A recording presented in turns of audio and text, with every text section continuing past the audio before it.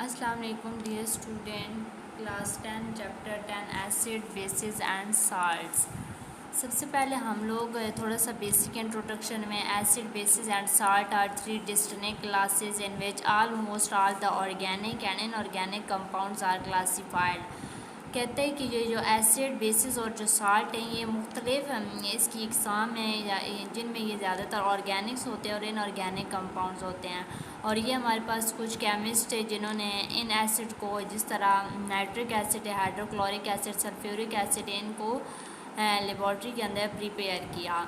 ये आप लोग ऐसे थोड़ा सा रीड कर लीजिएगा। और यहाँ से मैं आपको पढ़ाती हूँ। The word acid is derived from the Latin word acidus meaning sour. ये जो वर्ड एसिड है ये ड्राइव हुआ है एक लातीनी लफ्ज़ से जिसे हम एसिड्यूस कहते हैं, जिसका मतलब होता है सोर्स। सोर मीनिंग तोर्च, यानी ये जो वर्ड एसिड है ये ड्राइव हुआ एक लातीनी लफ्ज़ से। एसिड्यूस का जो मतलब है वो है सोर, जिसे हम उर्दू में तोर्च बोलते हैं। फिर उसके बाद कहता है we all have a little concentration of hydrochloric acid in our stomach. हम सब के स्टमच के अंदर थोड़ी सी कंसनट्रेशन होती है हाइड्रोक्लोरिक एसिड की, which had to break down the food, जो कि मदद करती है ब्रेक डाउन करने में फूड्स को, यानी जो हम खुराक लेते हैं उसको तोड़ने में ये हमारी हेल्प करता है। Sometime the amount of stomach acid because is too much which cause acidity. बाज़ औक़ात कैसे कि हमारे स्टमच के अंदर हाइड्रोक्लोरिक एसिड बहुत ज़्यादा मकदार में हो जाता है, जिससे हम एसिडिटी का नाम देते हैं। This uncomfortable feeling is easily treated by taking an alkaline medicine. ये जो अनकम्फर्टेबल कंडीशन होती है इसे ट्रीट करने के लिए हम लोग बेसिस को यूज़ करते हैं, क्योंकि एसिड और बेसिस जब आपस में रिएक्ट करते हैं तो हमारे पास एक साल्ट और दूसरा वाटर आ जाता है। तो इस तरह हमारी जो एसिडिटी होती है उसे हम स्टमच के अंदर से ख़त्म कर सकते हैं। अल्कलाइन जो मेडिसन होती है ना, अल्कलाइन का दूसरा नाम है बेसिस, तो हम लोग इन्हें यूज़ करके ट्रीटमेंट कर सकते हैं। अब हमारे पास है concept of acid and bases. अब concept of acid and bases, acid bases, ये जो डिफरेंस है ये शॉर्ट क्वेश्चन के लिए बहुत ज़्यादा इम्पोर्टेंट है। एसिड हैव सोर टेस्टी, एसिड का जायका तर्श होता है। For example unripe citrus fruit और लेमन जूस। फॉर एग्ज़ाम्पल हमारे पास जो सिट्रस फ्रूट होते हैं या लीमू के रस का जायका। अब हमारे पास जो बेसिस है bitter tasty and feel slippery. For example soap is slippery to touch. जो बेसिस होती हैं ना वो उनका जो जायका होता है वो कड़वा होता है, और हम जब उन्हें टच करते हैं तो उन्हें ना उनके ऊपर हमें फिसलन सी महसूस होती है। फॉर एग्ज़ाम्पल जिस तरह हमारे पास साबन है, the term blue litmus red. ये जो होती हैं, ये जो एसिड होती हैं ये ब्लू लिटमस को रेड के अंदर कन्वर्ट करती हैं, और जो बेसिस होती हैं ये रेड लिटमस को ब्लू के अंदर कन्वर्ट करती हैं। अब जो हमारे पास थर्ड पॉइंट है, they are corrosive in concentrated form. ये अगर हमारे पास कंसनट्रेटेड फॉर्म में हो तो ये क्रॉसिव होती हैं, और they are non corrosive except concentrated form of NaOH and KOH। ये हमारे पास नॉन क्रॉसिव होती हैं इन एक्सेप्ट इन्हें छोड़ के, जैसे कि हमारे पास सोडियम हाइड्रोक्साइड और पोटाशियम हाइड्रोक्साइड को छोड़ के ये हमारे पास इतनी नॉन क्रॉसिव, दे आर नॉन क्रॉसिव। अच्छा, ये इतनी नॉन क्रॉसिव कह रहा है कि ये नॉन क्रॉसिव होती हैं एक्सेप्ट छोड़ के जो कंसनट्रेटेड फॉर्म हमारे पास सोडियम हाइड्रोक्साइड और पोटाशियम हाइड्रोक्साइड, इन दोनों को छोड़ के और जो बेसिस होती हैं वो नॉन क्रॉसिव होती हैं। The aqueous solution conduct electric current. इनका जो एक्व सोल्यूशन होता है वो कंडक्ट कर सकता है इलेक्ट्रिक करंट को। अब एक्व सोल्यूशन क्या होता है? ये वो वाला सोल्यूशन होता है जिसमें आपका वाटर प्रेजेंट होता है। The aqueous solution conduct electric current, और इनका जो एक्व सोल्यूशन होता है वो भी कंडक्ट कर सकता है इलेक्ट्रिक करंट को। ये जो एंड वाली 4 प्रॉपर्टी है ये दोनों में सेम है। अब हमारे पास Arrhenius concept of acid and bases. जब भी हमारे पास कोई भी चीज़ आती है तो उसके ऊपर साइंटिस्ट अपने डिस्कस करते हैं, तो सबसे पहले हमारे पास एसिड और बेसिस के ऊपर डिस्कस करने वाले जो साइंटिस्ट उनका नाम है आर्हेनियस। आर्हेनियस ने 1787 के ऊपर इसके ऊपर डिस्कस किया। उन्होंने कहा कि acid is a substance, acid एक ऐसी सब्सटेंस है वे dissociates in aqueous solution to give hydrogen ion. जब हम इसे डेसिकेट्स करते हैं यानी हल करते हैं किसी भी एक्व सोल्यूशन के अंदर, तो ये हमें हाइड्रोजन आइन देती है।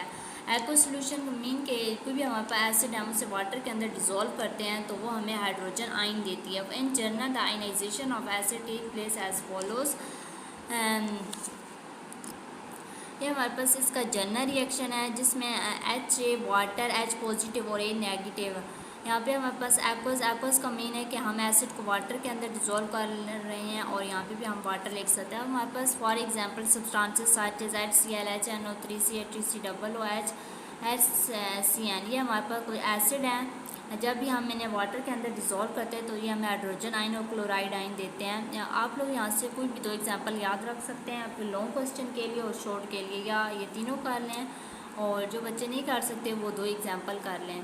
और अब हमारे पास जो बेसिस हैं, on the other hand basis is a substance. Basis एक ऐसी सब्सटेंस है विच डेसिकेट्स इन एक्व सोल्यूशन। जब हम उन्हें डेसिकेट्स करते हैं एक्व सोल्यूशन के अंदर टू गिव हाइड्रो ऑक्साइड आइन, तो वो हमें हाइड्रो ऑक्साइड आइन देती है, यानी OH नेगेटिव आइंस देती हैं। अब आगे जाके हम लोग इसकी रिएक्शन देते हैं बेसिस को। जब हम वाटर के अंदर डिज़ोल्व करते हैं तो किस तरह हमें हाइड्रो ऑक्साइड आइन देता है।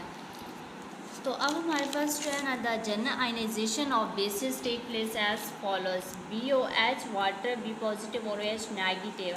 अब ये इसके हमारे पास एग्जांपल हैं। इनमें से आप NaOH वाटर, Na पॉजिटिव और हाइड्रोक्साइड आइन, आप लोग इनमें से कोई भी 2 एग्जांपल याद रख लें। ये हमारे पास एक टेबल है जिसमें एसिड और बेसिस हैं। ये हमारे पास कुछ एसिड और ये बेसिस हैं, ये आप लोग याद रख लें। एसिड्स में हमारे पास hydrochloric acid HCl, sodium hydroxide NaOH, यहाँ पर nitric acid HNO3, potassium hydroxide KOH, sulphuric acid H2SO4, calcium hydroxide CaOH2, phosphoric acid H3PO4, aluminium hydroxide AlOH3। अब हमारे पास लिमिटेशंस और अर्हेनियस कंसेप्ट।